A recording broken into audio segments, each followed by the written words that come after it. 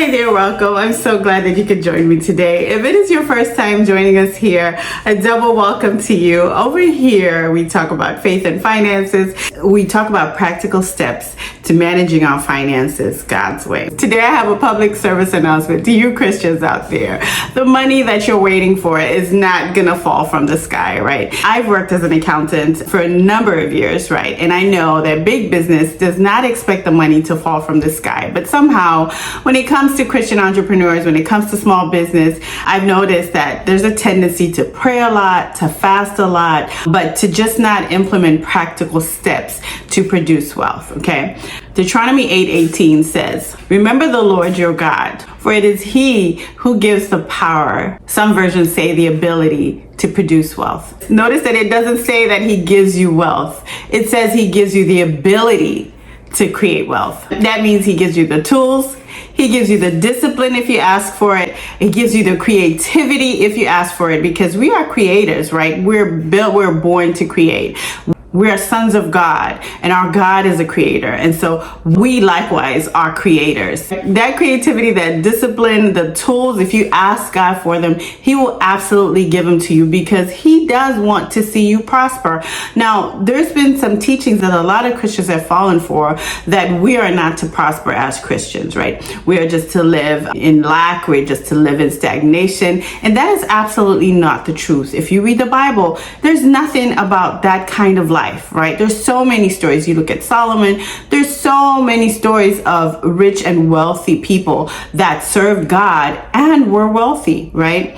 So today I'm going to talk about 3 ways that you can exercise that God-given ability, that God-given power to create wealth, so that you can boldly walk in abundance. So number 1 is to really steward what you already have.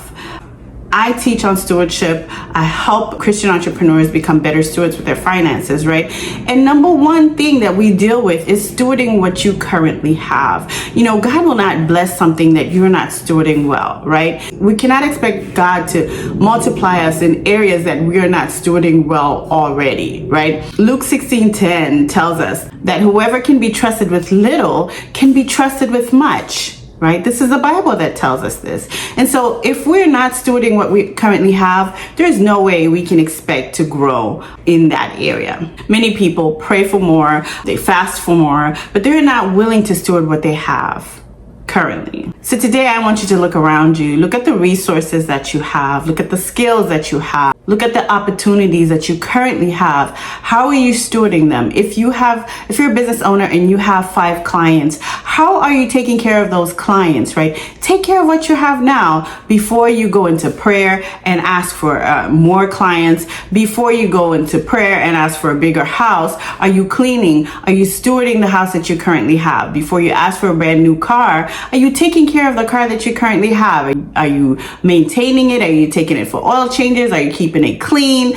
Are you stewarding what you have in your hands? So today I want you to pick one thing. I want you to list all the resources that you know that God has blessed you with, right? And pick one of those resources and decide how you can steward it better, whether it's your car, whether it's your family, whether it's relationships around you, whether it's a job that you have. Pick one way that you can implement to steward it better, right? As you pray for the increase, as you pray for God to increase you in that area, make sure that you're stewarding it well, okay? Number 2, multiply the gifts and the skills that you have currently, okay? So we talked about the resources, but what about the gifts and the skills that you currently have, okay? Proverbs 18 tells us that a man's gift makes room for him, and it brings him before great men. The power to create wealth is most times hiding within gifts and talents that you already have. God gave us unique gifts. He gave us unique problem-solving abilities, and those abilities are meant to work for you, right? If you're solving a problem and you find people that need that problem solved, you have a business. Many believers are sitting on ideas that will bring them great income just because they're running into fear, or they just think that their idea is not good enough. But today, I want you to find one gift or one skill that you have not monetized and find a way to monetize it. I don't care if you already have a job. I don't care if you already have a business, right? There is still more inside of you, right? Do you have a copywriting skill, right? Do you have a graphics design skill? What is it that you have inside of you that you can multiply to grow and create more income? You know, it could even be a side project. It could be a digital product. It could be a service that you only offer on the weekends, but something that you can pour into that will bring income back to you. And number 3, partner with God in planning and in action. God wants to partner with you. He's always waiting to meet you. He's always waiting for you to listen so he can give you more ideas, so that he can give you strategy. So implement quiet time with God and implement a planning time with God, like a meeting with God. You know, the power to create wealth isn't just spiritual. It's very, very strategic. So set goals, begin to set goals, begin to create business plans, begin to create financial plans, right? Begin to write sketches of the graphics that you want to create, right? Just write on paper, think on paper. Prayer time does not just mean sitting there and praying and throwing all the prayers to God and not waiting to listen to what he's saying back to you. Sometimes just getting pen to paper and sitting in a quiet place, right? Even on your lunch break for 20 minutes, ask God to really give you creativity, to show you what's inside of you, to give you strategy, and then start to write down what comes to mind, right? And many times, whatever comes to mind will blow your mind, right? Whatever comes to mind is something that you haven't even thought of. You can ask God, how can I create wealth right now?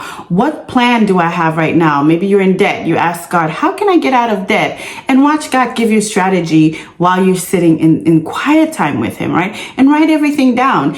We want to marry the spiritual with the physical and the strategy, right? So we know faith without works is dead. So we have faith and then the works, right? But we have to have strategy with the works, because if we're just working with no strategy, it will turn out being fruitless, right? So we want to ask God for strategy to produce the wealth that we are praying for. And then go with the strategy that God gives you. Don't overthink it. Don't, go and ask 10,000 people what they think that God told you to do this, but I'm not sure, right? It's good to have wise counsel, right? You can ask a trusted person, right? But you don't want to go around and ask everybody what they think of the strategy that God gave you. It discounts your time with God. It discounts your relationship with God, right? It's okay to seek wise counsel, right? But it's not okay to run around asking 10,000 people who all give you their opinion of what God told you, right? They'll give you a different version, right?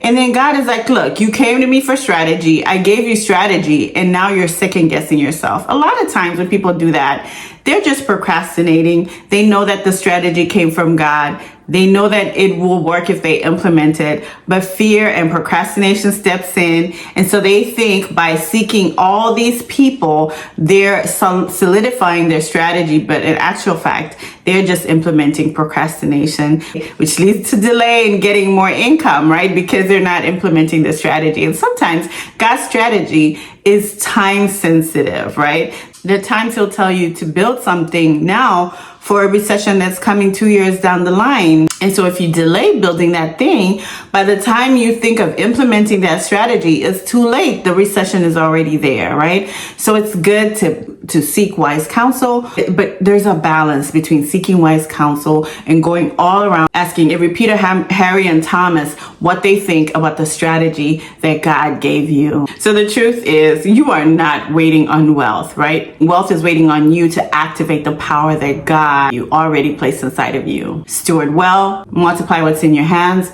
partner with him in action, and watch how God honors your obedience and your faith. Remember, God's not just trying to make you rich just for you, right? He is trying to resource his kingdom through you. So think beyond yourself. Think legacy, think kingdom impact when it comes to creating wealth. Now, if this encouraged you, I want you to hit the subscribe button. I want you to hit the like button and stay tuned so you can get notifications for when I upload another video. I will see you in the next video. Take care.